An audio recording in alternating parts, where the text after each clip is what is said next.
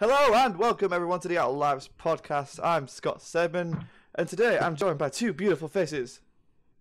Whoever wants to introduce themselves is fine. Fight for it. Hi Ben, how you doing? Hey. You know Ben from Tanked Up, and then from the Glorious Movie Podcast, we have... It's a glorious movie show, but either way. Hello, I'm David. I'm Mr. Moody. Is it a podcast and is it glorious, sir? Yes, it is glorious, but it's also a show, so... That's not the point. Moody, you know exactly what it is. We're the new, probably not improved, OutofLives crew for a new year, a new site. Well, no, it's the same site, but you know. Same site, but a new direction. A one direction. No, never. No. Never bring in one direction. No, and no. Let's roll the intro. Do you want us to start singing? I have an intro song. Shush. Literally ruining it. And all that. While I'm stirring my tea bag. That sounded so wrong.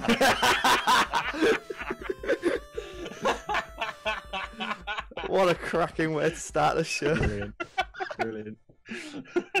I'm having to mute you next time I play audio. OutofLives! And we're back! Oh god, what a great intro that was done by my friend Rob Knights. You can check him out on SoundCloud. That's the one that SoundCloud rappers use. So we're back after a long hiatus. I'm also back. I left. I went and did a thing called university, but that's over now. So is my life. Get it? Because we're OutofLives. Oh, it means a lot, Ben. It's good to be back, especially around gaming Christmas. So yeah, most people know me. Probably most people know Ben from Tanked Up. So Moody, just for the main core OutofLives audience, tell us a bit about yourself. I am the glorious one, Mr. Moody. I host a show called The Glorious Movies Show. Podcast at the end. Where we talk all things movie-related news and offer a little bit of insight with zero insight. I have to admit that I have no insight whatsoever. I have a co-host who's part of the family as well, Foxes, red-bearded Fox. We talk, it's all good. I'm a good jolly old fella from the northeast. I'm not telling you anything else. No, just street name, postcode. It's fine. It's fine to put out on the internet. And then Ben, aside from Tanked Up, what can people find you doing? Oh, I draw buildings for a living. So if you need a building drawn, then you can email me. I can't even remember my OutofLives email to email me at, which is the one I could give you. But where else do you find me? I'm on OutofLives. I do some writing. I just wrote an article about why it's okay to play bad games using Mass Effect Andromeda, which is my most recent. Not a bad game. Well, it's not. Stop it. You're a bad man. But you do game. make a good point in the article, so it's worth a check out. Good. I'd say it's a glorious article. That's a really good way of making things just sound a lot better, even if they're not that great. I mean, it's a good article, but now it's a glorious article. That's just a great, branding on point, Moody. Branding on point, lad. And then for myself, I make films for a living. I guess I do this for a living now until I find something that pays me more. Hashtag give me a job. You know, it could happen. Someone might see me and be like, "Hi guys, got one hand. Let's put him in the circus." A circus is still profitable. I don't know. But if you want a sidewalk cinematographer, you can always hire me.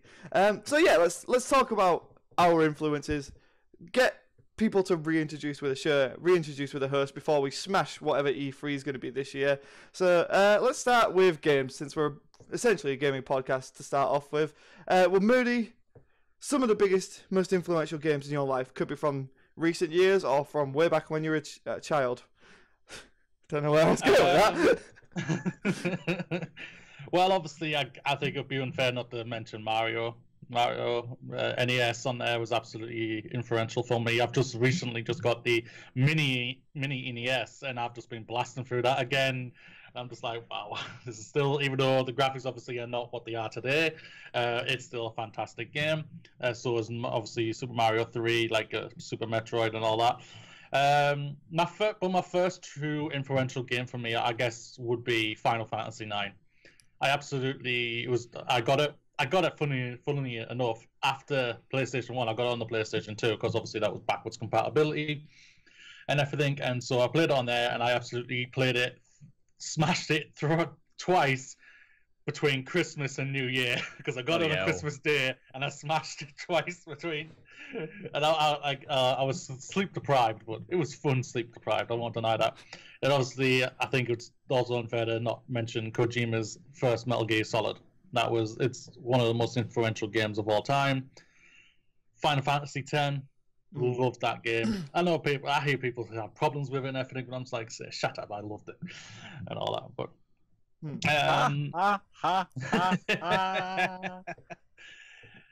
oh god, man!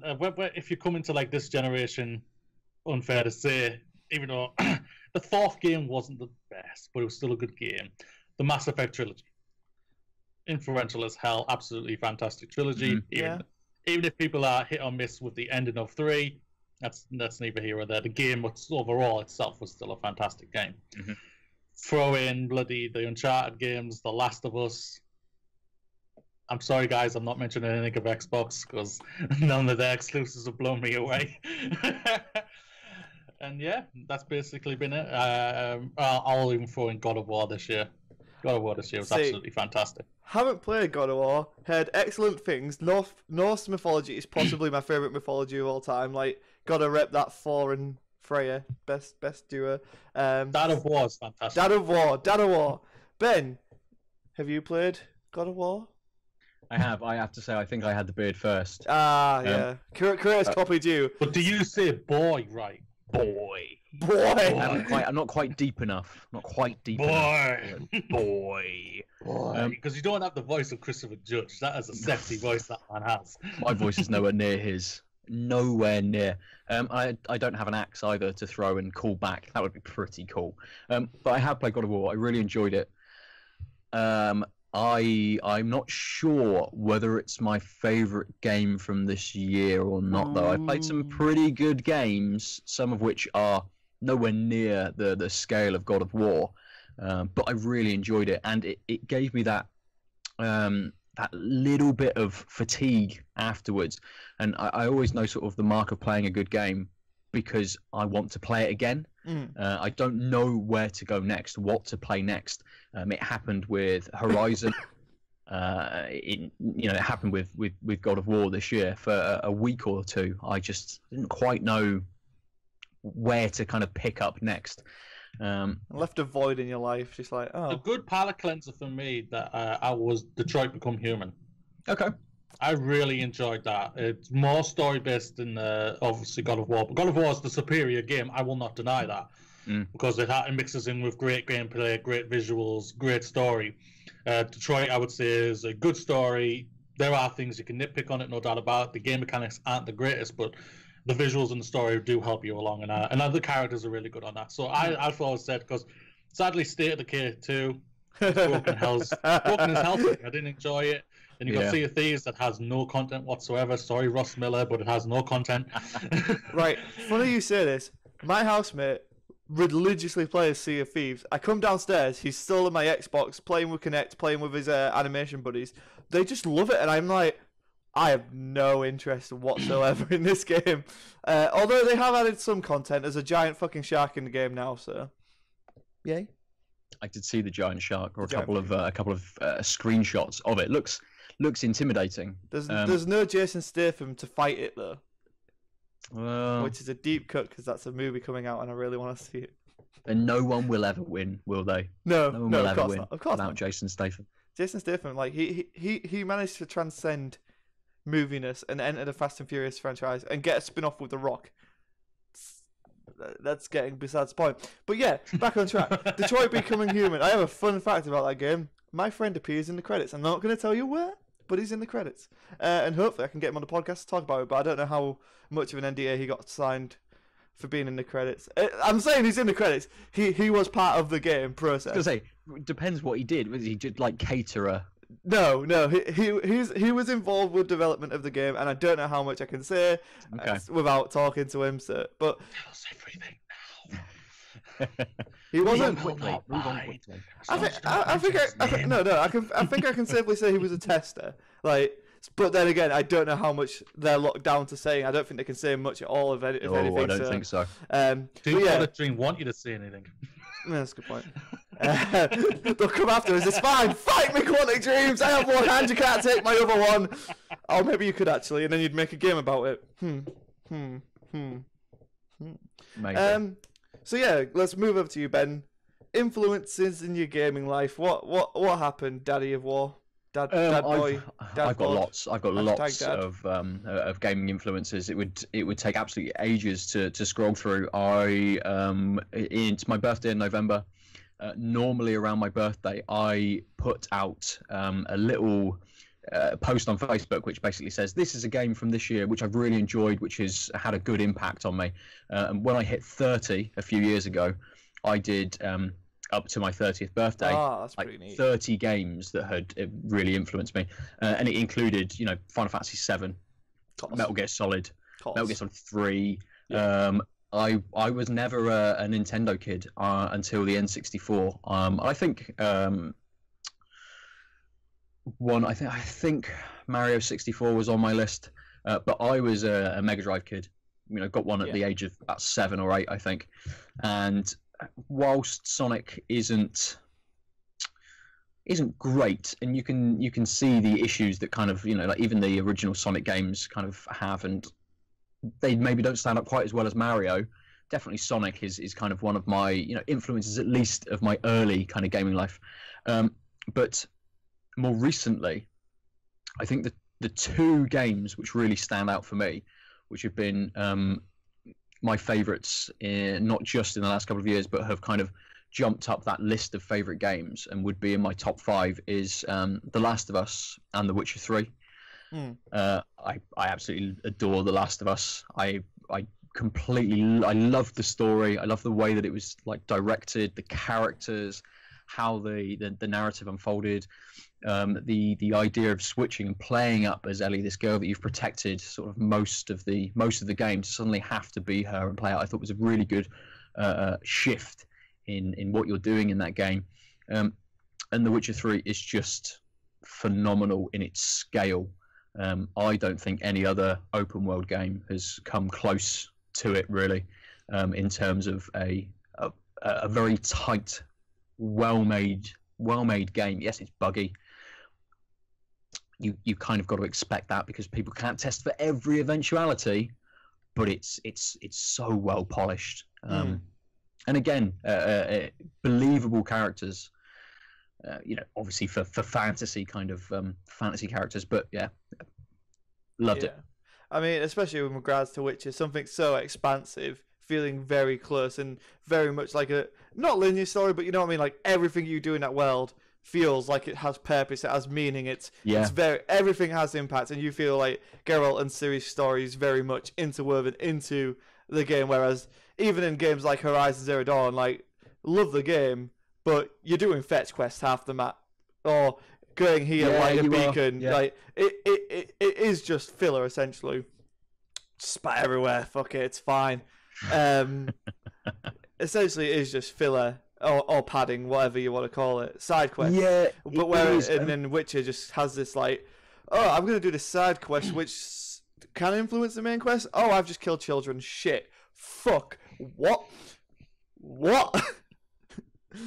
That still gets me, man. Like it's so, like, I mean, it's not alien to the game, but it's like just before you progress further, like deeper into the story, there's that side quest with the tree and the horse and the witches, and it's like, oh man, and all the orphans. Oh man, that still hits me, man. Like completely, and it can be brutal in that way.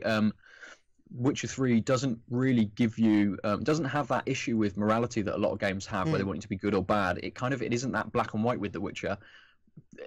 Every option is almost bad. It's just a scale of bad and who that bad kind of happens to. Nothing is like sunshine and roses at all, really, apart from maybe the ending of Blood and Wine, where he just gets to chill out and make wine and hang out with his love forever if he wants, I suppose. But again, the two expansions that came out for The Witcher 3 are fantastic in themselves. Absolutely massive additions to to an already huge game, which came out very well priced. And it's not just kind of the game that grabbed me; it's the practices of the studio CD as well, Red what they did. Yeah. I think the neatest thing about Witcher 3 is I got the collector's edition, and it comes with the box, and it's all signed by developers, and it's like, man, you can just tell. You can just tell like they put everything they had into this game, and like props to them. You can tell, like that's it, like straight up through and through. Yes, the game has problems, but you know, like the game is living, breathing. It's like it's something else. Moody, have you actually had a chance to play through Witcher yet, or is it just not something? First time it came out. I've only played it once, but I did complete it. Yeah. It was my game of the year when that came out. It was a fantastic game. It was really well done.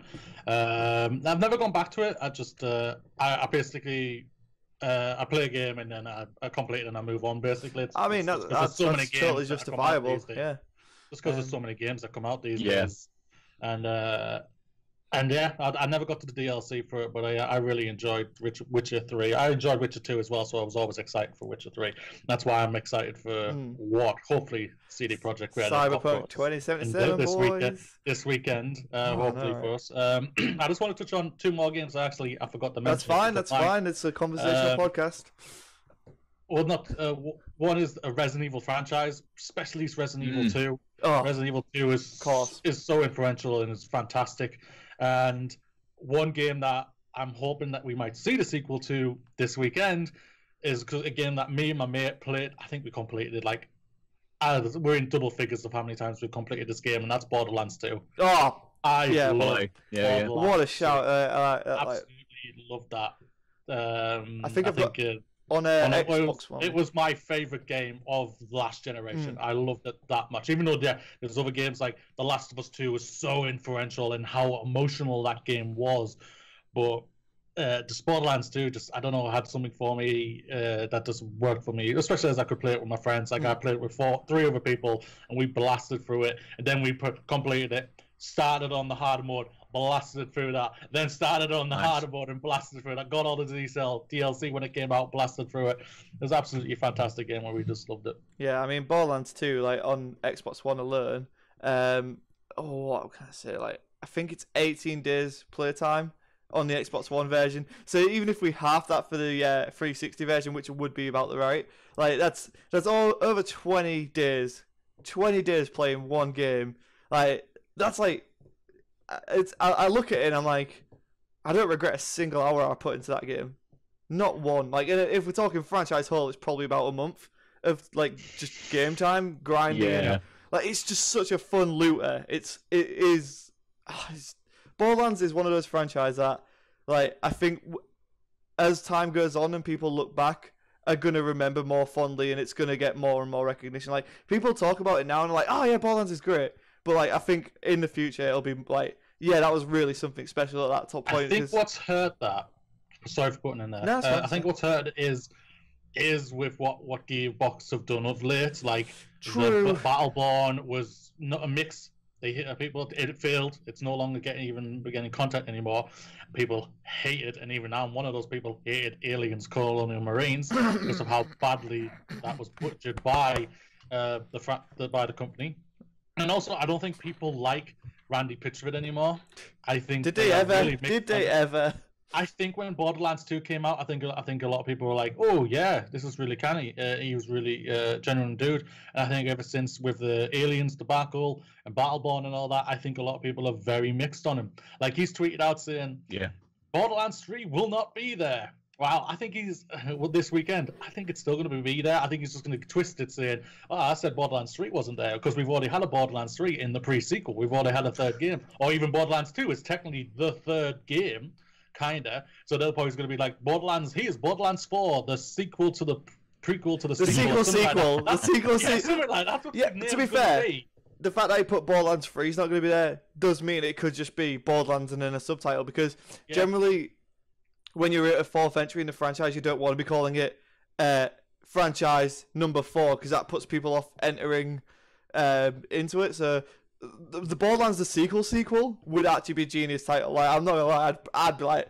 because when I heard pre-sequel, I was like, oh, that's terrible, no one's gonna buy it. I was fucking wrong. Clearly I was fucking wrong. It is the weakest entry in the franchise, but you know, with Borderlands 2, they wanting to go back to that world, Borderlands 2. 100%. I think I mean, plus they've got all the like the outside lore, I guess. Like, so with Tales of the Borderlands, there's plenty of stuff to work with for a new installment of Borderlands, and I think that even if we don't get it this year, we're gonna see the next Borderlands this year, like at E3. Sorry, like there's a Gamescom. We could see it there. There's probably another PAX before the year's done, and they do like to show stuff at PAX. Like for Borderlands, it's always been a PAX game type thing where they're like, "Oh, we're doing this," and "Oh, it's fancy doing some hand movements on camera to all you viewers of the video version of this show." So yeah, those are pretty good. So if we go back to my childhood, first game I can remember playing is Super Mario Bros. For the NES, and we had the dual cart, so it was Mario Bros. And Duck Hunt. Yeah, so nice. Privileged kid. I had a zap gun as a kid, and I just remember, like, without getting too much into the sad side stuff, my parents worked together, so every time I'd go and visit my dad, it was very much I get to play Mario Bros. With my dad, because obviously you press start, you get to play as Luigi. As well as like shooting ducks, because that's not gonna affect children growing up at all. No, it doesn't. I'm being facetious. So yeah, I think that's like my earliest gaming memory is those two games, and like it's quite a sentimental memory. I'm pretty protective over them. It's like, you shit on Duck Hunters, I'll fucking cut you. I will cut you. Sorry, that's the hole in me. Sorry. Not sorry. But I think the first major game that like I gravitated towards was probably during the PS1 era, and it's the Toy Story movie game. I think it's Toy Story 2.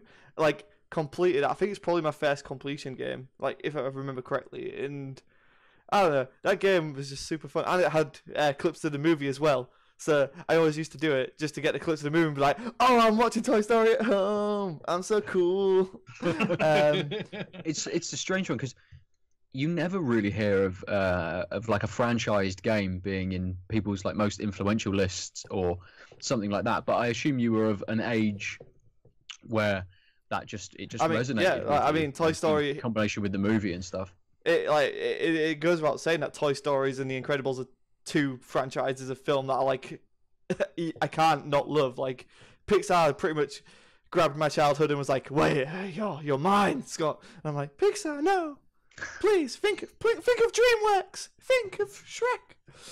Little did we know how Shrek would come back in the modern era. You know, am I right? So yeah, Not wrong, I won't lie. And then I think everyone's got a Final Fantasy. So mine's Final Fantasy VIII. Squall Lionheart's my boy. I enjoyed it. I did enjoy it. I think very much like Final Fantasy, like with Pokemon, the first one you play is the one you kind of gravitate to and defend. Yeah. And so Final Fantasy VIII for me is the one that I'm like, as much as I love 7's a great game. I will never take away anything from 7, even if there is the counterculture of, "Oh, it's overrated." It's not. It's a fucking brilliant game, and there's a reason so many people rate it so highly. It's a fantastic game. But personally, number 8 for me was just something else, especially with the faceless Squall at the end of the disc 2, and then like everything that happens in the third disc and the final act, and then later when they go to space at the end. Yeah, later growing up and then being like, "Well, Squall's actually dead," like. And so like, I mean, that's further reading into it, but like, you know what I mean? Like, there's way more discussion there that I've just been like, yeah, it recontextualizes everything you've played, and I think for me that's still something that's really neat and not solely exclusive to Final Fantasy VIII, but like that was the first time I was just like, "Oh damn, oh damn." That moment. Video games are more than just I'm gonna smash a monster really hard with my gunblade. Then, well, I don't know if I can keep on PS1 for too much longer, so we'll move on. So a more recent one, I say more recent, but the Xbox 360 was what, 10 years ago at this point? That's not recent, is it? Even longer than that. So, oh god, 2005, 6, yeah. Yeah, the Xbox One came out 2013. So yeah, it was a 7-year life cycle for it. Oh my god. So yeah, Borderlands is a good one. But BioShock, and I will go on record as saying this is possibly like that end. Not even the ending, so to speak. It's the "would you kindly" reveal has to be the biggest fucking twist reveal ever, and it stuck with me even to this day. Like, and I was playing my OG 360 without a memory card, so I had to just beat through it in one. Because young Scott didn't understand memory and didn't understand that you had to buy a little US. Like, oh, do you remember them? Like 64 megabyte little. That's weird saying that for a 360. Yeah. You had to get a 64 megabyte little plug-in thing. That's how they got it out so fast, you know. That's so crazy just to think how fast memories come. Like, I've got a terabyte and a half in my Xbox One, and it's like 64 gigabyte for the thing before it, megabyte. So yeah, BioShock though, from possibly the most unique setting, like that can become like that isn't space, like underwater, 1950s, 60s aesthetic. The world's gone to hell. It's post-apocalyptic essentially, but not in like zombies and stuff. Where it is just a society ripping itself apart. It's just the commentary on culture is fantastic, as well as just big daddies, man. Like, come on, they're very cool. Why does no one ever give them enough credit? Like, they are some of the coolest villain designs in gaming, man.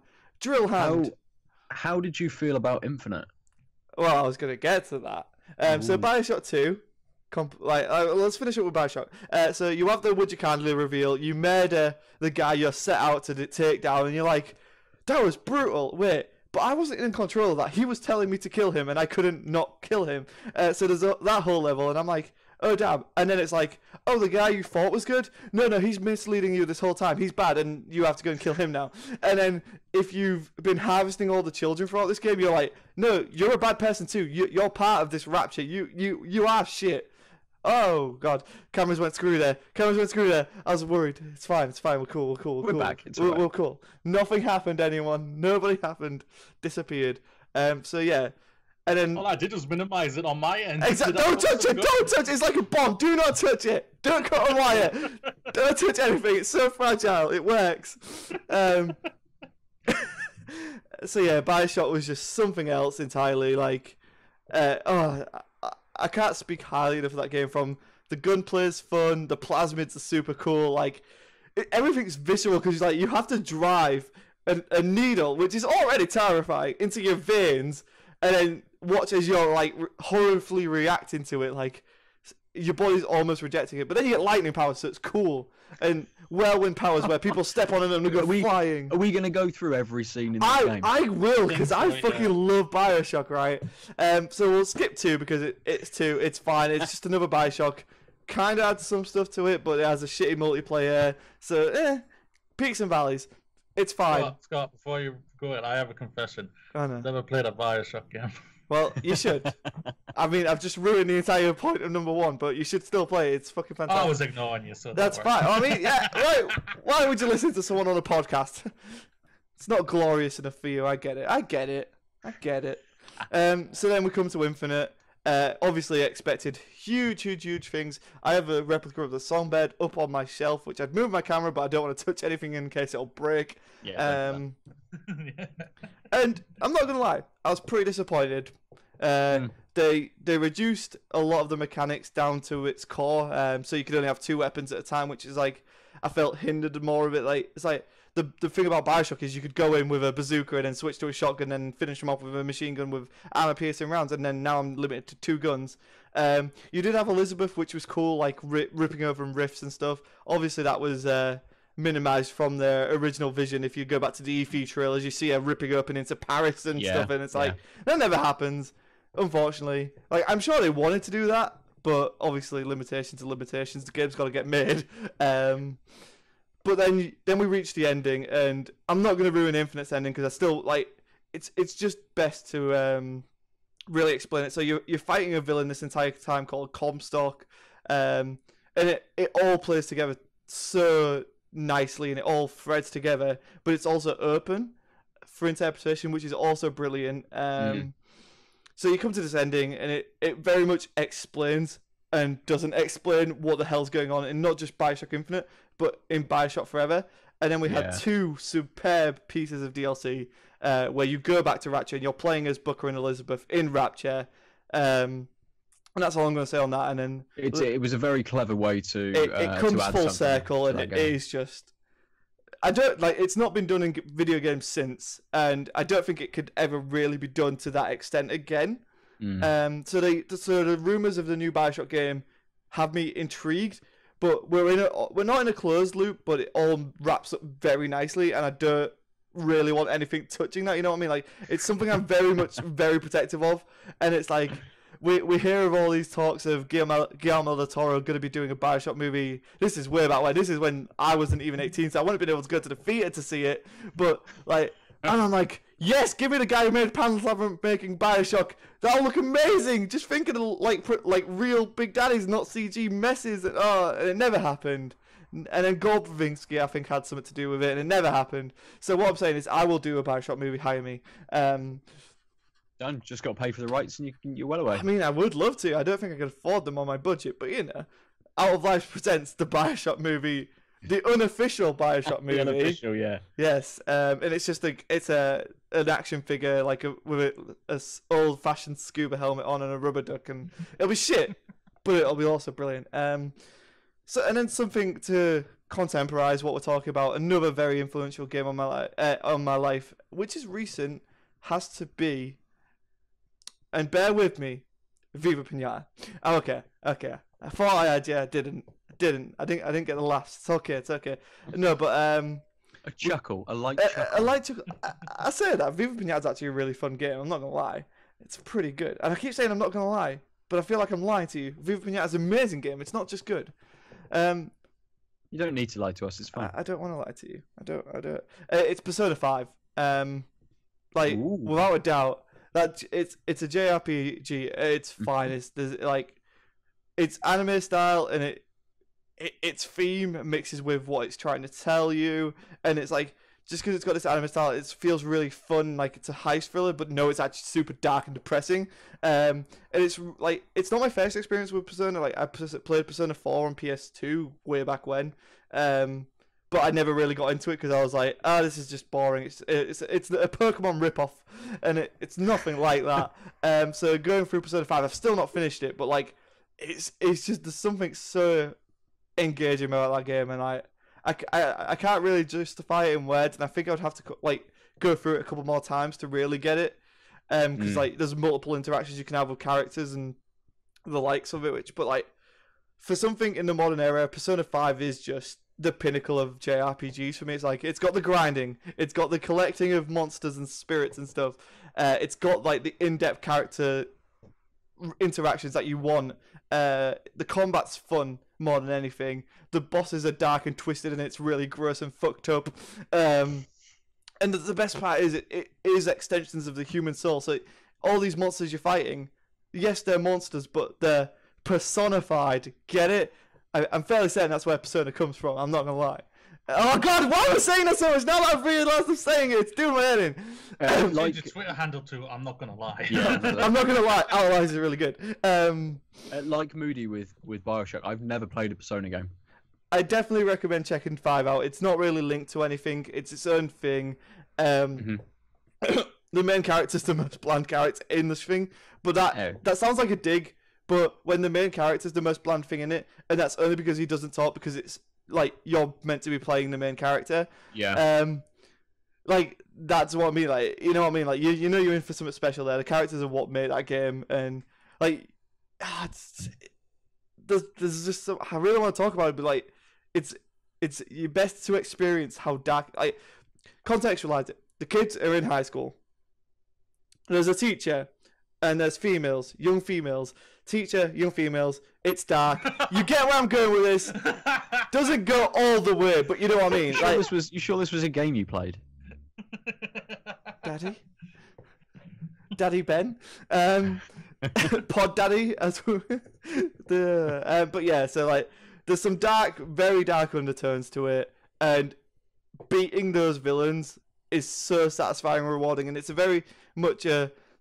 I want to say social justice, but that has the wrong connotations to it. It's very much these students like fighting back against the world and the corruption in the world, and there's something very liberating about that, especially being as part of that. Like, oh God, I'm gonna have to say I. So essentially, I'm a millennial, and like the apathy we feel for the world at large, and fighting back against that is really something I can engage with. Yeah, like, just honestly, Persona 5 is it's next level. So we talked about video games quite a bit. And I'm sure there's plenty more. And as soon as we're done here, we'll be like, oh, I should have mentioned this game and that game and everything. I've already thought of several more. Like, I'd love to talk about Resident Evil 4, but Moody's already so mentioned the Resident Evil franchise.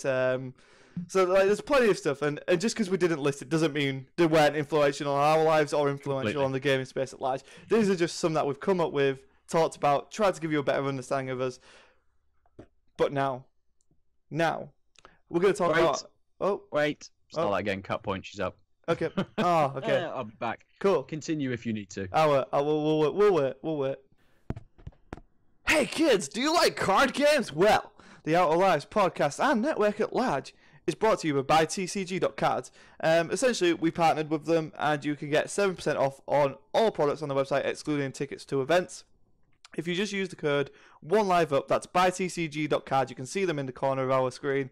Please check them out. If you want more card game coverage, like the unboxings that you can see on our YouTube and website, well, that's how you do it. That's how you get more. And yeah, expect to see Card Fight and Dragon Ball Super card games very soon. Back to the show. So after not at all a break and a reaction to the Bumblebee trailer, that tells you when we recorded that.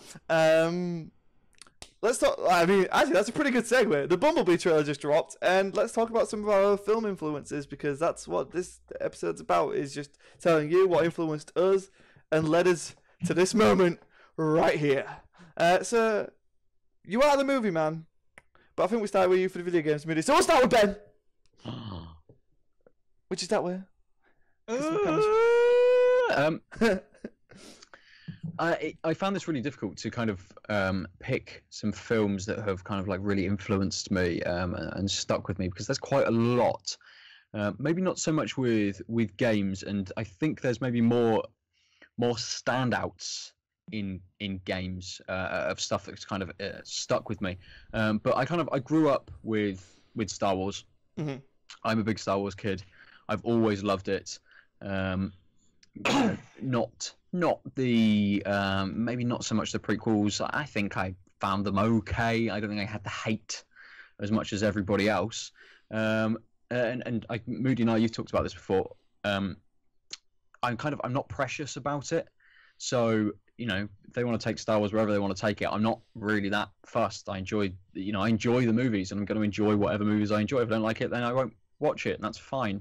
But going away from kind of like Star Wars and stuff, I almost jumped from those kind of films up to, you know, when I was an early teenager, right up into my 20s of watching loads and loads of action films, and Arnold Schwarzenegger being like the biggest influence ever on everyone in the whole entire world. You know, things like Commando, Predator, Terminator 2. I consumed those kind of films. Not just Arnie, Sylvester Stallone films. Loads of when he was a nice man. I don't know whether he's ever been a nice man, like Steven Seagal. And even going into martial arts films, people like Jet Li, Bruce Lee films, you know, which obviously came out before I was alive, and Jackie Chan and stuff. I love that kind of thing during my teenage years. But as I was trying to think of influences and stuff, one film did sort of pop into my mind, and actually it was based on a conversation my partner and I were having a couple of nights ago, and I can't remember what initiated the conversation or what spurred it on, but she asked me who my favorite actor was, and it took me a good 5 minutes to try and think about it. And you know, I was going through people and trying to think, well, is he a good actor? Is he maybe just good in one thing that I've seen him in? Do I like him in everything? And the person who popped up was Daniel Day-Lewis. Oh, okay. Because I have loved him in everything he's been in. Pretty good. And the film that came up was There Will Be Blood. Yeah. And it's not just because it's a fantastic film. It came out at an age, or it came out when I was of an age where a lot of the comedy that my friends and I would kind of banter back and forth and stuff, you know, as you may do in your your early 20s and stuff. It was a lot of like film quotes and TV quotes and things like that, putting them in situations and stuff. And we just used to wander around. And okay, I was a little bit older at this point, maybe late 20s. We just wander around the supermarket just shouting, "I'm an oil man!" and just go absolutely mental in the shop. We might have been super high and stuff, but that film kind of, it wasn't just a good film. It's one of those like bonding moments between me and my friends, that we all kind of sat down to watch this, what feels like a 10-hour epic of just insane proportions, with Daniel Day-Lewis just nailing this character, being an absolute bastard, and it just being so good that we just all jumped on it and wanted to mimic and make light of and joke about sort of the situations that came up and the characters that came up and things like this.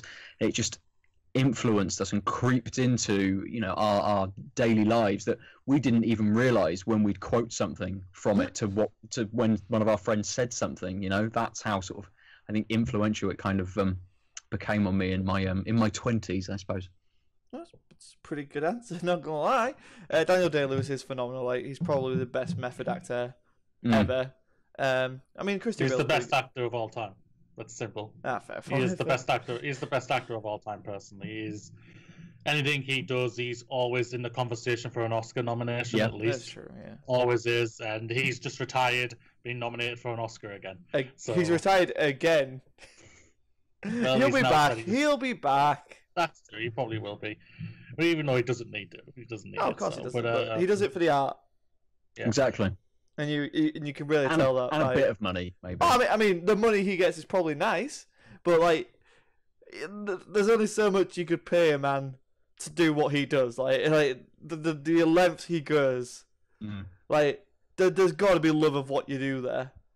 Like, I mean, there probably is an amount of money you could get for us to do that, but like, to be passionate about it and to deliver a performance after doing that and diving into there as well. Like, I love the stories about Gangs of New York? Yeah, like the stories about him just going around in character. Oh man, that's the best kind of the background stuff of movies, is just when characters go full method and they're like, oh yeah, he was a fucking cunt on set, but he was being his character. I think like the most recent one's Jared Leto, in it, like he was sending things to the cast members, and I'm like, even though the film sucked, and I am very much on record of saying Suicide Squad fucking sucks. Like, it's you got to admire it. You got to admire it. Yeah. Have either of you seen the Andy Kaufman the Jim Carrey documentary of him playing Andy Kaufman in Man on the Moon, and how he didn't just get into the role and sort of method act, how he, somewhere in his brain, he felt like he was channeling Andy Kaufman, and Andy Kaufman's family, they're on the camera saying it's like he's here, it's like he is being channeled through Jim Carrey, and how he was in kind of character the whole way through filming that.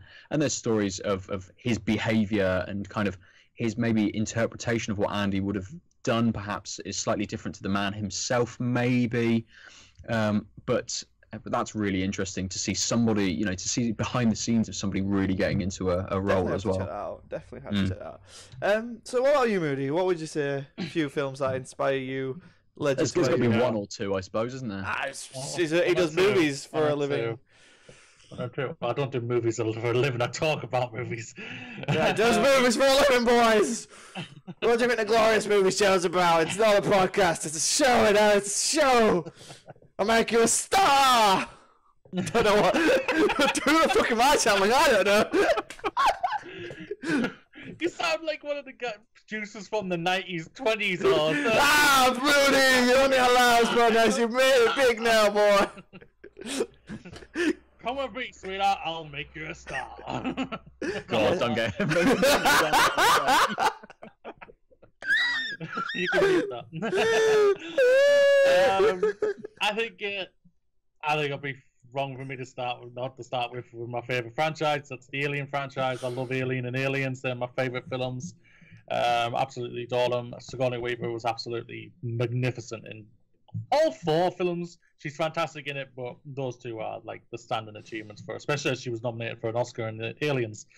Be wrong to not say Star Wars trilogy, the original at least, was iconic as hell for me.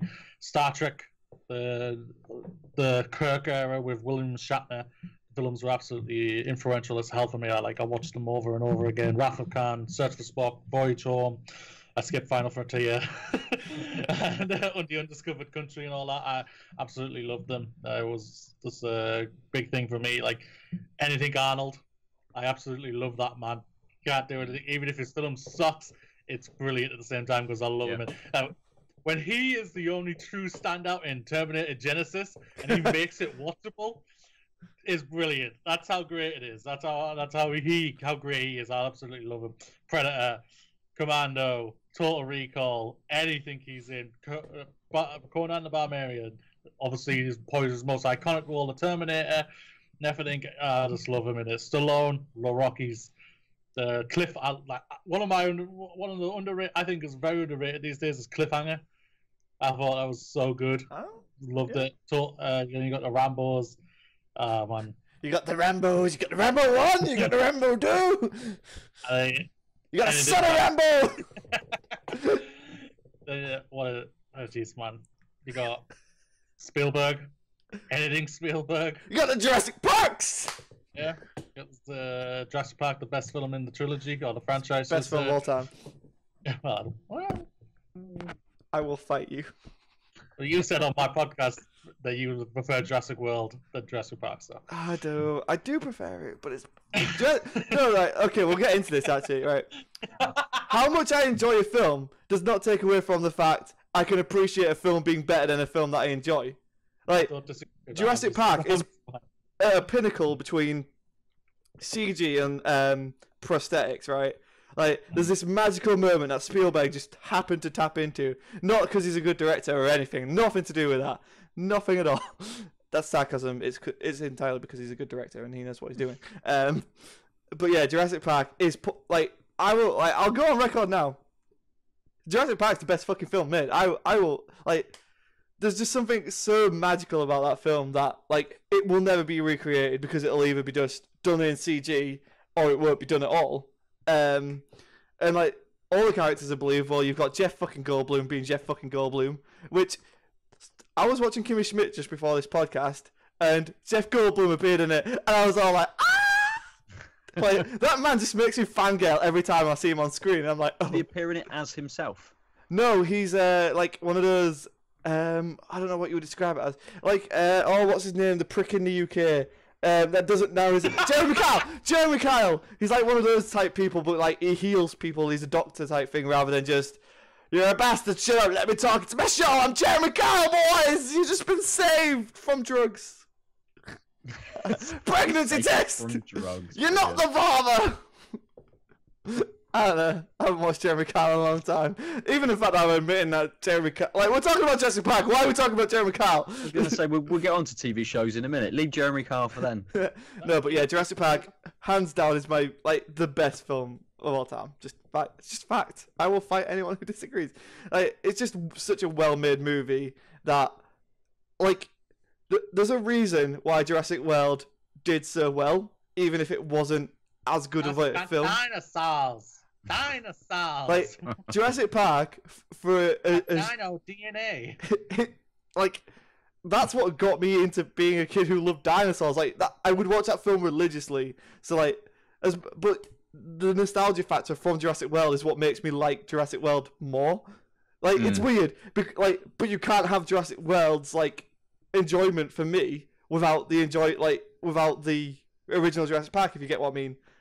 Yeah, it wouldn't have stood up if that had been the first Jurassic film in a Park, franchise. Yeah, no, of course not. It wouldn't have been. But like because it comes back to the first Jurassic Park, and it's the one that I remember. Like I could pretty much go over every scene as it happens of the first Jurassic Park. So the moment we get that T-Rex roar, and you're just like, yeah, Hunty, please. And it's just like you do tear up, and you got the motifs of that. Another thing about Jurassic Park. I think the Jurassic Park theme John Williams does is better than his Star Wars score. Maybe not as iconic, but it's a better score. And every time I hear that, every time I hear that, I fucking cry because it just wells and wells and wells, and it's like, welcome to Jurassic Park, and then it all blasts, and it's not as if it's like bombastic. It just hits you with all this emotion, and you can't not cry. So you have this end with this triumphant T-Rex, and then welcome to Jurassic Park, and there's just so much I love about Jurassic World, and the sequel's out this week. But it wouldn't happen if it wasn't for the best film of all time, which is Jurassic Park. So, guys, if you haven't guessed, Jurassic Park's a massive influence on my life. No. Did you have any more, Moody? Before we go further into, maybe Scott's second influence, Jurassic Park: The Lost World. Look, right, that's a pretty good dinosaur fight in it. So, there's good things in those movies, man. Maybe not the talking raptor. We'll talk off screen about the talking raptor. Jurassic World's Jurassic Park. Talking Raptor is Jurassic Park 3, so yeah, exactly. We ignore that one. I think it'd be unfair to not mention the Harry Potters, obviously, especially with John Williams' theme in that as well. So what we're saying is John Williams is the best composer. You can see me on video recoiling in fear. Ooh, do you not like Harry Potter? Harry Potter, the boy who lived, governor, gonna make him a star. We now know what Harry Potter would look like if it was Americanized in the ones they're doing now. I can't remember. That's how good the Fantastic Beasts one, because they Americanized it and they made it worse. So that's even here or there. I guess you could also throw in the MCU, and all that. They have been so iconic and influential these days, especially with what's just happened this year in Infinity War. Still too soon. So I won't spoil anything for Still too soon, man. Like Still too soon. I'm not over that. But yeah, it's so many. There's so many films that I could just go through. Like I'll even throw in one of my. If right now, probably my favorite film this year. Overall, just because of how fun it was and how great the book is for me personally, and that's Ready Player One. I love that film this year. So. Yeah, I'm eager to watch that film again. Holy crap! You can go, Scott. I can go. Okay, so I won't drill I won't go on a massive tirade about Jurassic Park being the best film of all time. I think we've all heard that. We just accept it's true. But so it two more. It could be a recurring segment if you like. Wait Scott talks about Jurassic Park.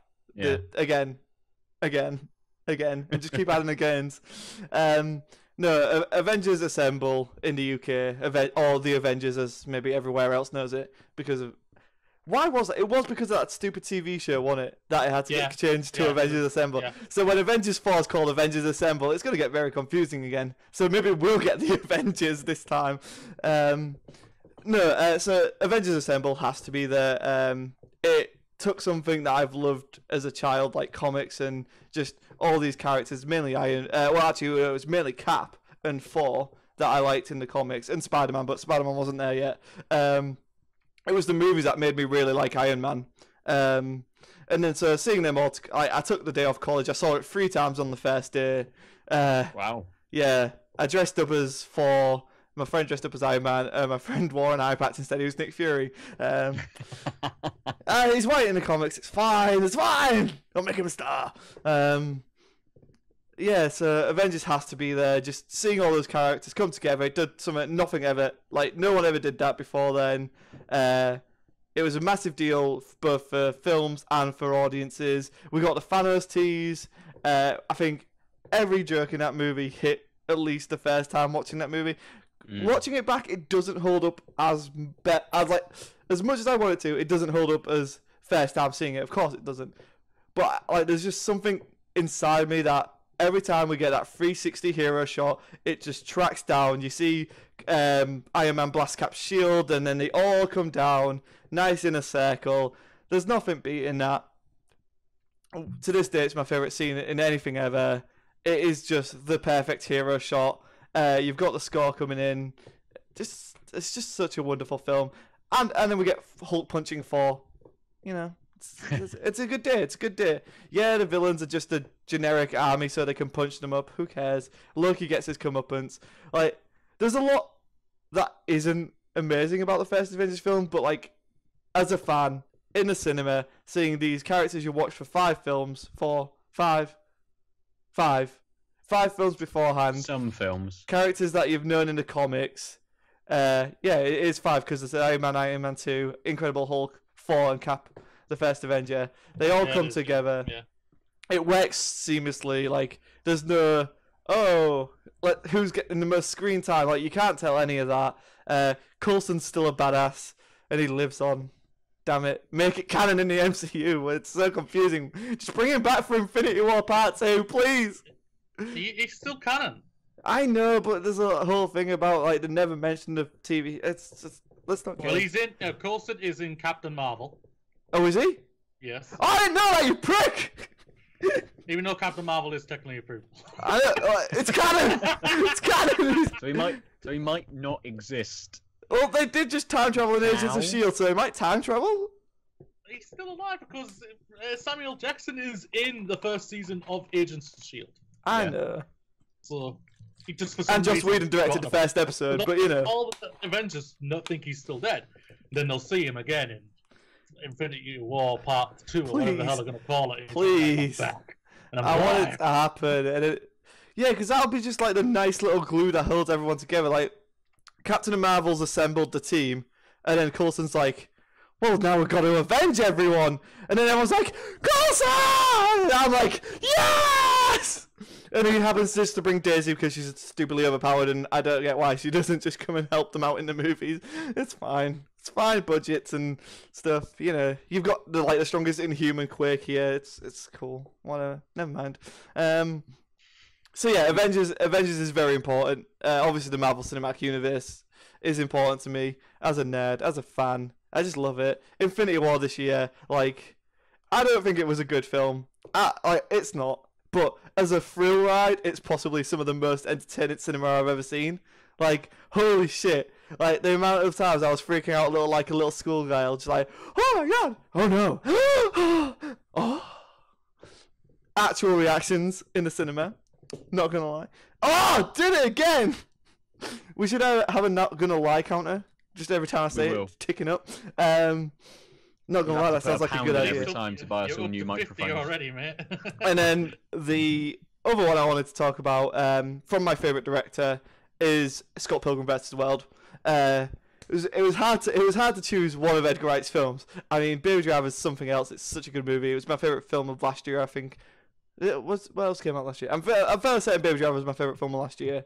Baby Driver came out last year. Yeah, so yeah, Baby Driver was my favourite film last year.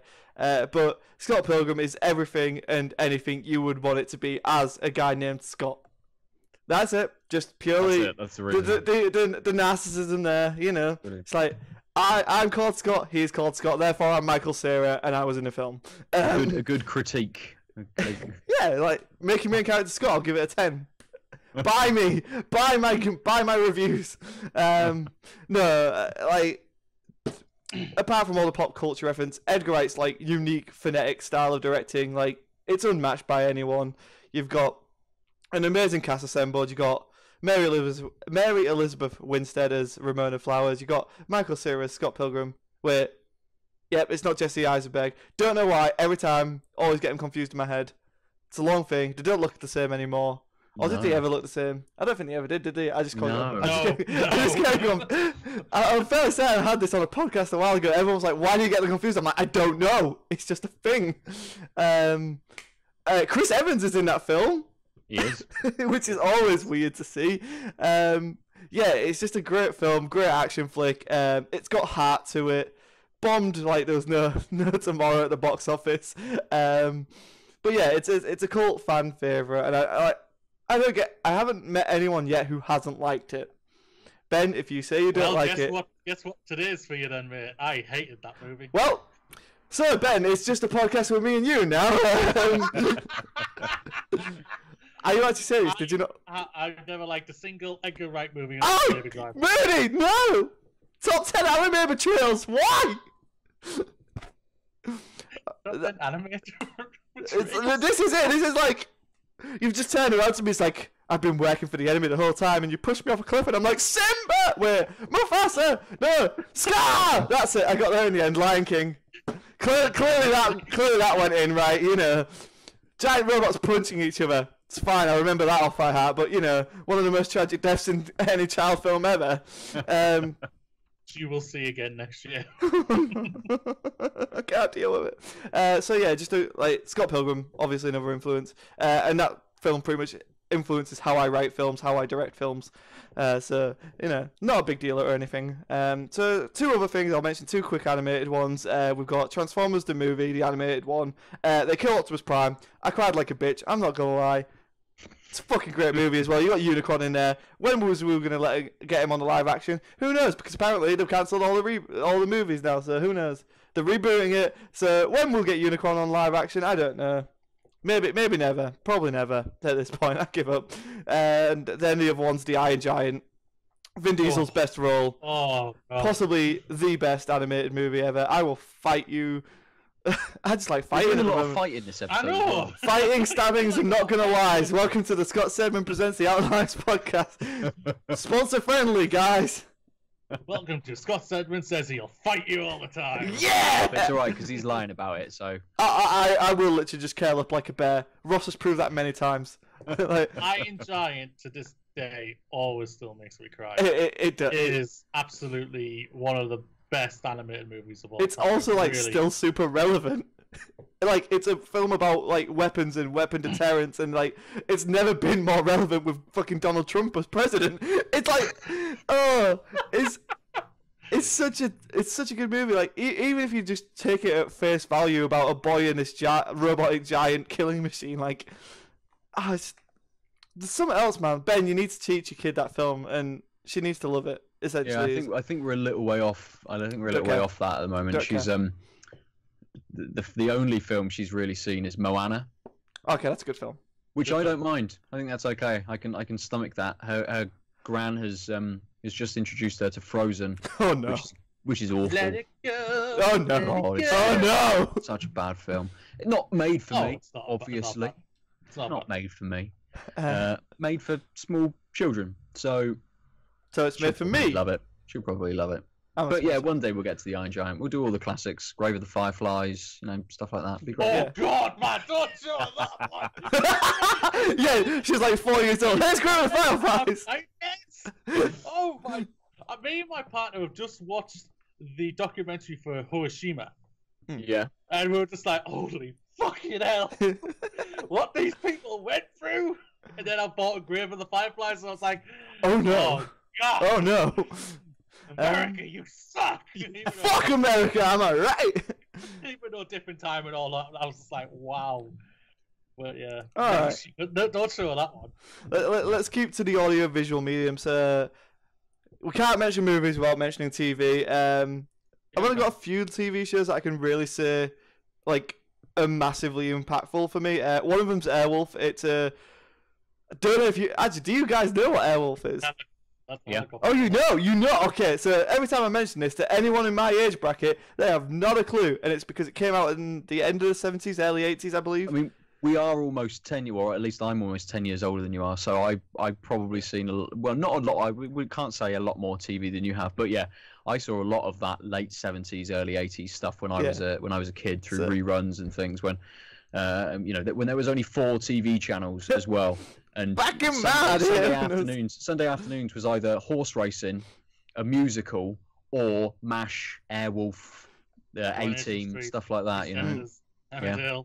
Well, some of those. Probably some of those. So yeah, essentially for those who don't know what Airwolf is, it's about a helicopter that blows shit up, and it's like all America, but it has one of the best themes for a television show ever. Every time I hear that, I'm like, fuck yeah, let's go. It's on my Spotify playlist. Every time it comes on, I'm just like, woo, Airwolf. Like, oh, it's so good. Other than that, there's not much to it. It's pretty much the same generic thing each week, like any crime procedural. It's the helicopter does the thing, the theme song plays, it blows it up, they win. Yay! There's some like really standout episodes, especially like the more somber ones where they have to go and rescue someone from a spy from Russia, I think it is. Because obviously this happened. Is it in the Cold War? Or is it around the Cold War times? It's when America and Russia weren't as. I mean, they're not very good now, but you know what I mean. Like the political crime in Russia was still the bad guy before North Korea. Like, I mean, it's isn't Airwolf? It's after. It's after Vietnam. A long time after it's after sort of the Vietnam. Cold War was at its height, but it's after like Vietnam and stuff as well, isn't it? So, for something like Airwolf, they kind of almost had to go back to that kind of like the older kind of enemy in Russia as such, or at least the older modern kind of enemy in Russia. I think they couldn't touch any Asian sort of countries then, really, when that was coming out. So yeah, I mean the film does what's it called? Gaddafi and stuff, isn't it? The film, but then they kind of pull back from that rather quickly. Like the first episode's Gaddafi, and then it pulls back from that pretty quick to be like, yep, Russia's the bad guy. I've not seen a film. I don't think. Well, it's literally just the first 2 episodes put together, and they called it a film. Right. Yeah, I have all 3 seasons on Blu-ray because the 4th season's crap and it hasn't actually been released on. I don't actually think that there is a physical release in the UK for season 4. I'm literally much people thought of that. Was it? Literally been watching season 2. Well, that's what happens when you kill off all your cast. But then his brothers are miraculously found, you know, the whole reason for the show. His brother's now in charge. But yeah, like Airwolf, massive thing from my childhood. I love it so much, so much. It's a real shame about Ernest Borgnine. He's not alive with us anymore. Like he voiced the character on SpongeBob. But yeah, Dominic Santino, you know, press good. And then the other show's Lost. Like the first 3 seasons of Lost, I was like, oh my god, what's gonna happen? And it kind of gets shit after season 3 of Lost. But you know, the first 3 seasons of Lost, I've never been more invested in a TV show. Just been like, oh my god, what's happening? Because I was watching that live, and it was like a family thing. It was me and my mum used to watch it, and it was like, oh god, and I used to be a scared little bitch. So like the first time. This first episode where the planes crash and then the pigs come out of the forest, I was like, and then when it was the pigs, I was scared of pigs. Oh, fuck my life. Oh, fuck me. The most horrifying TV moment for you then. Pretty much. I was like, oh god, what's it gonna be? Pigs. Wow. Like, so, like, I was a kid, I was just scared of everything, which I don't understand why Evil Dead 2 is one of my favorite films of all time. Like, that film horrified me, but now, like, going back on it now, I'm like, what? I was scared of this. This is actually geniusly fucking brilliant, but it's also horrifying. No pigs in it. Maybe. There's Lost. There's no pigs. There is no pigs. That's why if there was pigs, I'd still be scared of it. Apparently. Yeah. So Lost is it, and that's mainly because I was watching it weekly, as I said, and it, like all the mysteries were unfolding around me. Granted, it didn't lead to anything super thing. It was basically God versus the devil, and season 6 was crap. Season 4 was tolerable, and season 5 was just flashing sideways because, yeah, that's what we need. Let's flash to an alternate timeline. Why? No one needs that. No one cares because it's not the timeline we're in. Other shout-outs to TV shows. Fringe. Unfortunately, I watched that pretty much as it was wrapping up, so like all of the stuff, like I could just binge through it, so it wasn't like the tension. That's the problem with binge watching shows nowadays, is all this suspense and tension they build. Like, it's kind of gone when you can watch it week by week, like day by day, episode by episode. Like, whereas people have to be like week, and then there'll be a whole year for another season. Like, that kind of gets lost, and that's why I like the Netflix model specifically designs their shows to be bingeable, and not, oh, you're gonna have to wait till next week, boys, because that's not what people do. So Fringe, and then probably Marvel's Agents of S.H.I.E.L.D., just because Marvel, I'm a shill, fuck it, fight me. Jessica Jones Season 1's probably the best thing Netflix has ever done. And I'll pass it over to you, Moody. That's debatable, that one. That's alright. Okay, Stranger Things as well. Stranger Things, yeah. That's fair. I would also throw in Daredevil as well. Fair. Star Trek series, loved them. Original, Next Gen, Voyager, Deep Space Nine.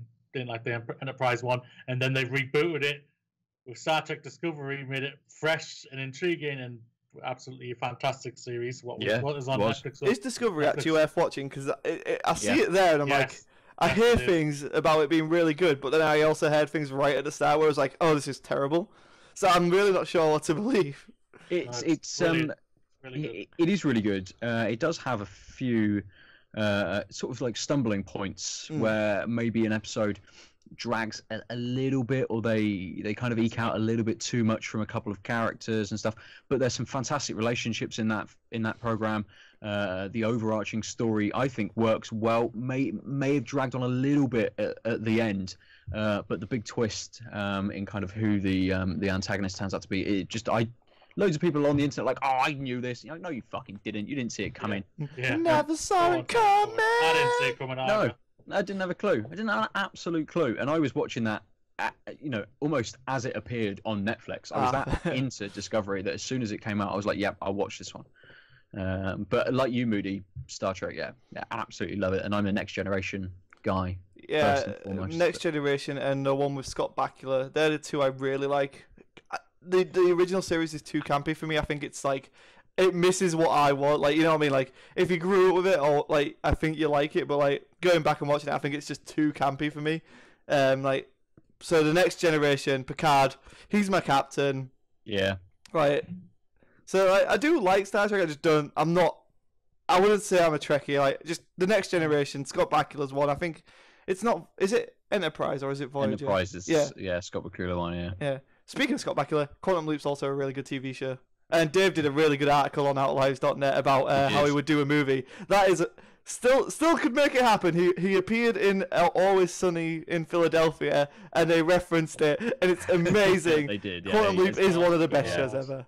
Love it, and it has one of the best theme songs ever. Basically, any show made in the late 70s, early 80s has the best theme songs.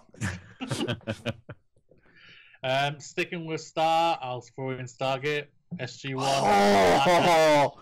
Really enjoyed that. I was so disappointed for Universe because it was a really good show. It's on Sky right now, rewatching it all. It's I think what changed, I think what people missed on, I think it's a show that was ahead of its time.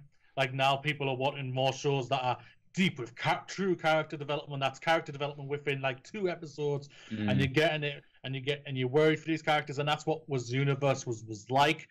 They obviously wanted to keep it with like people will still want like SG-1 and Atlantis, so it's disappointing with 4 Universe that hasn't continued, and I think we really enjoyed them, like our Samantha Carter, O'Neill, the whole Teal'c man, Christopher Judge man, Dad of War, for God's sakes. When I heard his voice on that, when I first saw the trailer, I was like, I know that voice, and instantly I was like on my phone, holy shit! And I was like, that's Teal'c!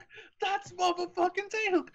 And then, you got Jason Momoa from Atlantis. Oh shit, yeah, he is in Stargate Atlantis. Yes, he is. Fuck. People forget about that, because the people, I think a lot of people remember him, obviously, from Game of Thrones, even though he's only in the first fucking season, for that and all that, and all he does is bang a woman all the time. Literally, that's all he does in that first season, sleep with Khaleesi. It's weird. Are you complaining about sleeping with Khaleesi for an entire season? No, I'm not. When you were thinking this guy has more to him, apart from his penis, I was thinking he's got more to him. Then spoiler alert, they kill him. He's not a Transformer. Like, there's not more than meets the eye. JR Martin. Not only are you taking your time to get the books fucking finished, you kill people so early, so fast. Too soon, man. Too soon. Yeah, true. And then what is it? Oh well, I've mentioned it. Oh, Game of Thrones, for God's sakes. I can't believe none of us had mentioned it up until this point. True. Yeah, Game of Thrones. That's so influential for a lot of reasons. Like it or even if you like it or not, you can quote it. People quote it. Like our freaking brother is not a big fan of it, and he quotes it. And I was just like, how do you know that? I was thinking, oh, sure, because of his wife, because my sister-in-law watches it. And I'm just like, oh, for God's sakes. You don't even like it and you're fucking quoting it, for God's sakes, man. I mean, like, to shout out... he says, winter was coming when snow was here. I was like... Winter is here. that line, man, I was like, oh, John, you're so dead next season. It's not even funny. No, he's not. Yeah, he is.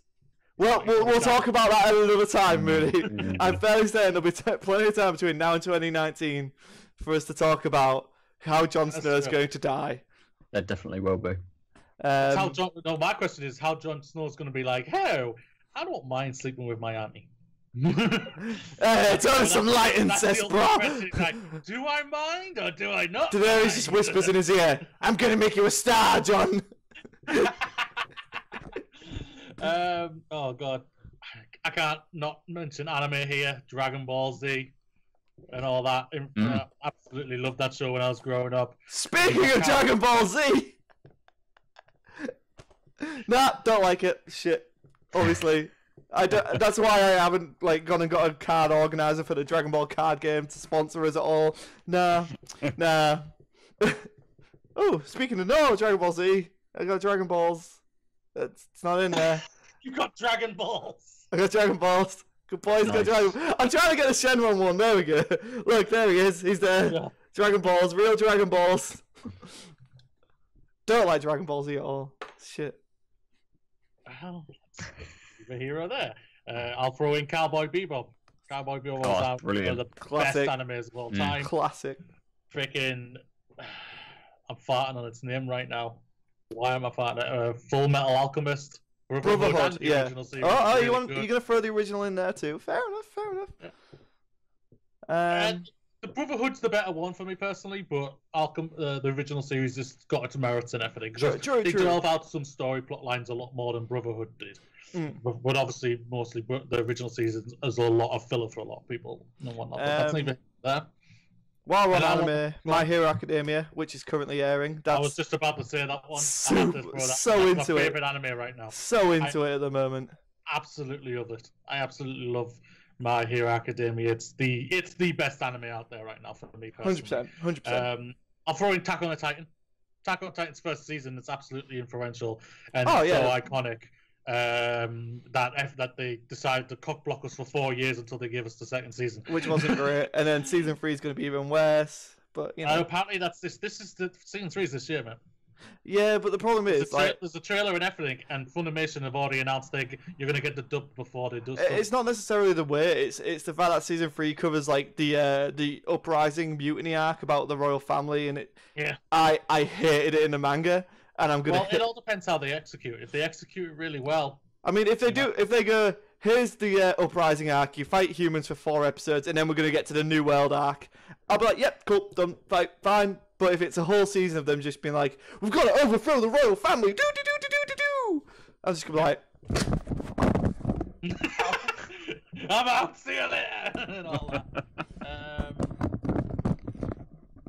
And they say fanboys have no control over their emotions. I gotta throw in the first season of Pokemon. I loved that when I grew up as a kid. The Indigo League and all that. I'm actually surprised no one's mentioned Pokemon for the games, you know, like, not a big deal, right? And all that, so yeah, I have to throw that one in. It's one of the fantastic series, and there's so many like great animes out there that are so well done. Like I've just recently watched a show called Erased. It's so well done. It's so emotional. Hard because hard to watch. Very hard themes in it, but it's very good. So, great shows. Gurren Lagann's amazing. The first 12 episodes of Sword Art Online are great. That does fall off at the second half of that season. And then season 2 is not just worth watching at all. It's not good. I agree with you, Gurren Lagann. Gurren Lagann. It has got the most manliest of man in it. And the most shocking death in it, and it's so well it really fucking does, man. That throws you like I think it's episode 8 or 12 was like just straight. Careful, nope, the series isn't. This is not what you think it's gonna be, and you're like, oh shit. And I also got to shout out anything Gundam. I love Mecha Gundam animes. And Neon Genesis Evangelion. Basically, we'll turn this into the Scott and anime podcast now. Scott and Moody talk about Mecha for X amount of time. So have a little sleep. Just It's fine. There's just something about giant robots. I'm napping. It's like... I'll probably be woken up by Scott screaming something, so it's fine. I'll come back in a minute. Not his kid, me. Just like you'll hear me screaming. Yeah, exactly. It won't be through the power of the internet. Yeah. So I mean, we can briefly touch on comics if anyone's got any comic stuff that influenced them. Do you not want to hear about my TV shows? I thought we went. Do we just skip Ben? I apologise, Ben. Ben, what TV shows influenced you? It's fine. I'm gonna be really quick because we've already talked about a lot of stuff. Yeah. But 2 that stood out. One from my kind of not quite my childhood, but one that I used to watch with my mum every week was X-Files. Oh shit! In my early teenage years.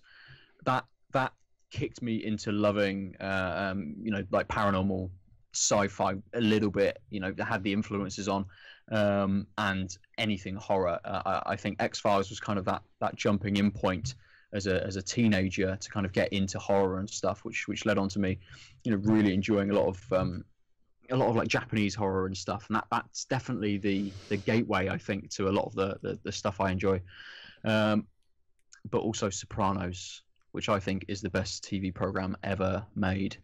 I absolutely love Sopranos. I cannot fault it. I mean, I cannot relate to Sopranos in terms of its setting, but you can relate to the characters. You can relate to the storylines.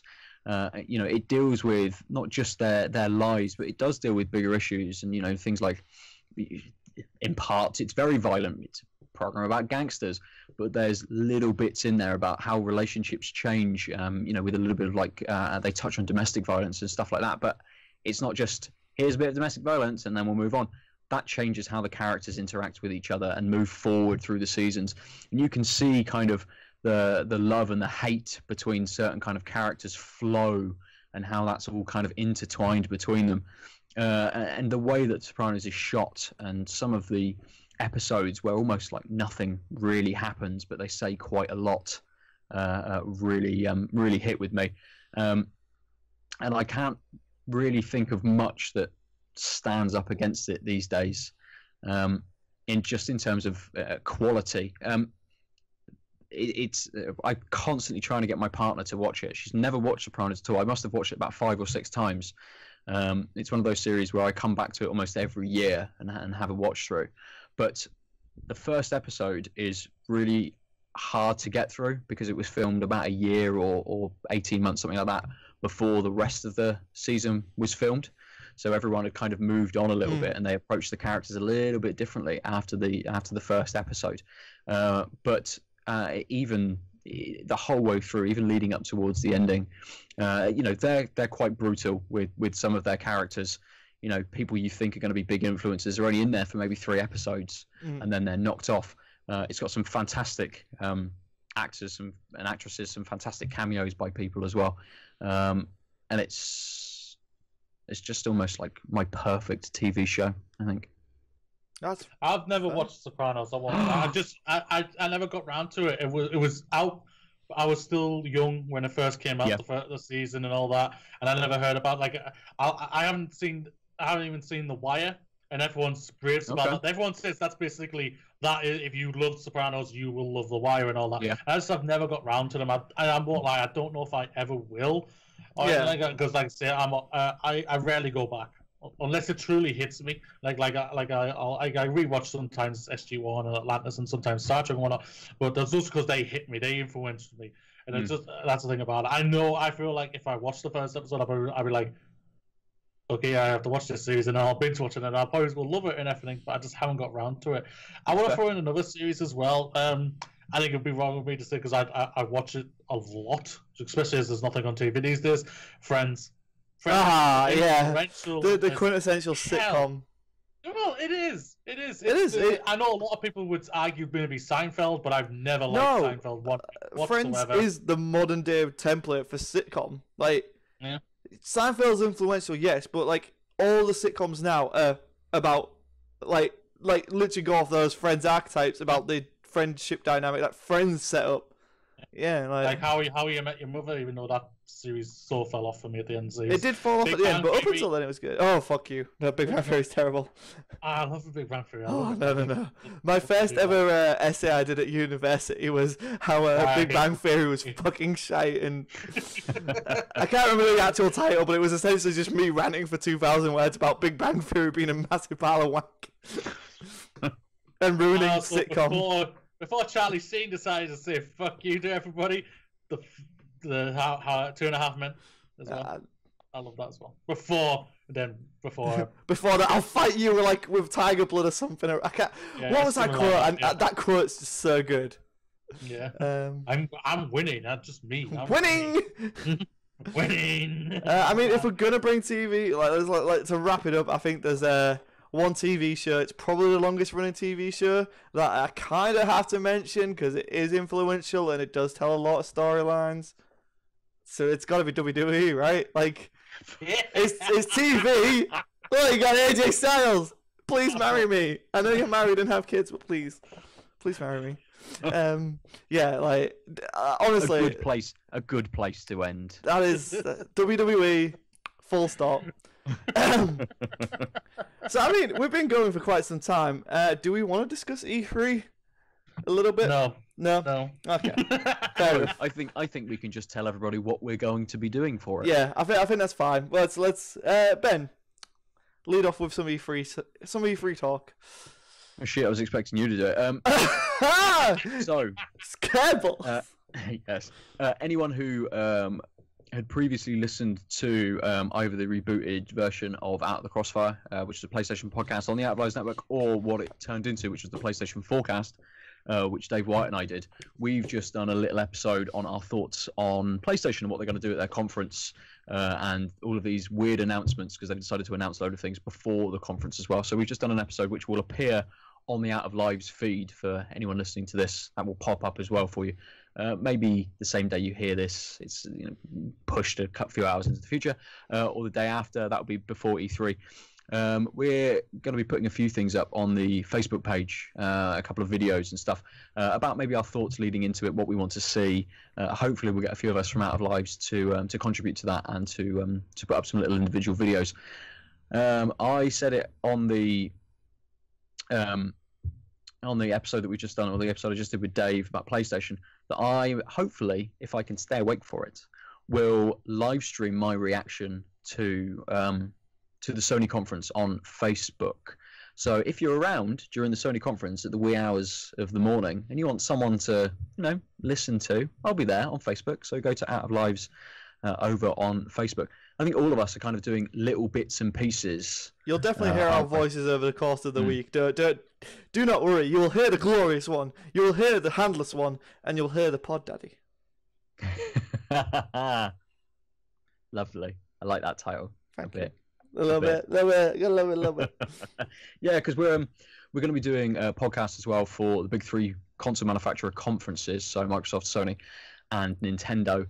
They'll all be up on the Out of Lives feed as well for you to enjoy. That will maybe not give our reactions to everything that is being said. We might kind of focus in on one thing, yeah. So we're not going to go through it blow by blow of everything. And for the Microsoft one, people might just sit around and go, "Well, that was not really much happened." Hey, we got more trailers with dates, nice, wasn't it? It's all right, it's fine. Maybe this is the year Phil comes out with Ross's face on it. We pushed for it for 3 years. Maybe this is the year it happens. The next big thing in Xbox, Ross Miller. He hasn't got a release date yet, but he's coming. He's around. Oh, he's definitely coming. Innuendo. So we'll have those podcasts up. We'll also hopefully have some more reaction little videos from people kind of wrapping up each of the days, or talking about what they liked from maybe one conference or something like that. So over on the Facebook page, as I said, and we'll put a load of stuff up on outoflives.net and on the YouTube channel as well. Speaking of the YouTube channel, Mr. Moody. Ooh, some exciting stuff coming along. What? I was so unprepared. YouTube.com/outoflives. We are so close to 100 subscribers. We are 50 away. If you can get us over that will be fantastic. And we can actually get the proper name for us on YouTube. Yeah, that'd be nice, yeah. We could finally use that and whatnot. All of my content that I used to do is now on there. My movie reviews, which is my next movie review, will be Jurassic World: Fallen Kingdom. And then obviously my podcast is there, the Glorious Movies Show with my co-host Fox is on there. They're all on there now, so go and check it out. Subscribe, hit that bell button because YouTube hates us. Got to make it hard, haven't they? My dog just scared the shit out of me. I didn't realize she was behind me. Puppy. You'll be fed shortly. Be a good dog. Be a good Pod dog. Pod dog. Pod dog. Pod dog. We want to see Pod dog. You won't be able to see her. Oh. One day. Pod dog. Yeah, she's invisible, even though I'm stroking her right now. Well, I can be stroking my dog for all we know. Yeah, stroking something. Yeah. Well, one out of the three of us are doing this pod pantless, so won't be naming names. God. Might start with an S. Well, I'm sat in a garage and it's cold in here, so I've definitely got trousers on. I mean, I'm not going to say prove it, because then it's going to be an R-rated podcast, and we can't do that. Well, I mean, we can. We could definitely do that. But I don't think the missus would be happy. No, she wouldn't. As for me, I'll be about everywhere, every when. I'll be popping up on our friend's MC Fixer just to say hello and help him out with some stuff. And so will I. I will be there as well. Yeah, I'm on Bethesda. No, yeah, Bethesda and Square Enix. I'll be on MC Fixer stuff. I'll probably be on Facebook Live with Ben at some point, just chatting shit. And yeah, I think that's it. Check out Party Chat, the Reddit Xbox One's party podcast. Yeah, that works. Where Ross Miller, the infamous Ross Miller, will be covering all things Xbox. Like I said, we're covering the main three manufacturers. So what we will all be about, and OutofLives is essentially going to be your hub for all things E3. And with that, I just forget about those other people. Like yeah. I mean, even though we'll be plugging out to them, they're already on the actual media outlets. Yeah, fucking IGN. IGN. I wonder what they're going to do. I bet there's just so many pre and pro shows this year, man. There's just too much. There's so much. So much E3. But that's neither here nor there. So yes, thank you to our sponsor, buytcg.cards. If you want to get 7% off all of their products except live event tickets, you can use the code OneLiveUp. That's buytcg.cards. Thank you for sponsoring the podcast and OutofLives as a whole. And it lets us make super cool unboxing videos for you, which you will get at least 2 of this week, thanks to them. I've been joined by Ben at Nova47 on Twitter. I've been joined by the glorious movie podcast boy, Moody, at Mr. Glorious One on Twitter. And I've been Scott Seven at Scott Seven on Twitter, #branding. And we'll see you all next time.